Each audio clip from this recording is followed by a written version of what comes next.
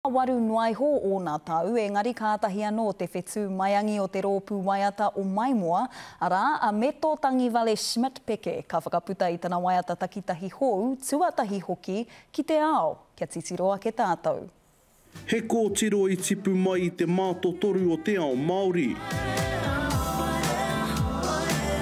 Moho anei e tūhula tiana tōna taha poronihia. Kāre anō kia tau aku kare aroto, mai nā pō i te mea kua roa au e hihi ana te whakaputa i taku waiata takitahi, i te tei waiata takitahi, engari ko nui ngā wā kua kāre i tino whakapono ki au anō. Te kaumāwaru tau te pakeke o Meto Tangiwale.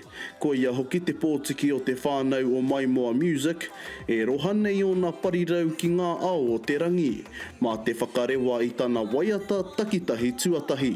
Ko ana rātou ki te ana i te ahurea hāmoa, o tira e whakanui ana i ngā iwi take katoa. Ai.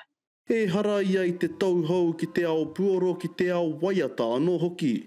I whai wāhi ki te pēne waiata o Taniwha nōna e te kaumāwha tau tonu te pakeke. Iwi take. I pōhe he noa ka timata i reira, ka mutu hoki ki te kura, ka kore e puta, ka kore haere tonu hoki i waho mai te kura.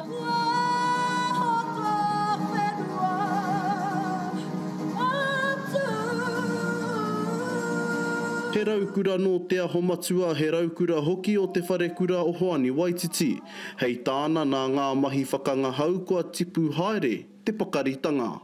He nui ngā pūkenga kua tō mai i te ao kapaka ki taku ao Puoro, kia nei ko te mea nui ko te maiatanga. Ia e tipu ana he kōtiro whakamā, kāri tino maia ki ngā mahi waiata takitahi. E oe e kore e mutu i konei, e whakatika ana a Meto mō tētahi kaupapa nui e mahuta ana i te pae. I riro i au te tūranga kai whakataki mō pūkana. So koe te kai whakataki hou mō pūkana i tēnei tau, māua ko Paumea. He wāhanga, he nui ngā mahi tonu i roto i te ao Puoro, ngā mahi waiata, engari ko taku aronga nui he whakataki i te whakaturanga oi. Ke ana te kōrero tamaiti a kona i te kura kaupapa Māori, tūana ki te ao, tauana. Te Okiwa McLean, te karere.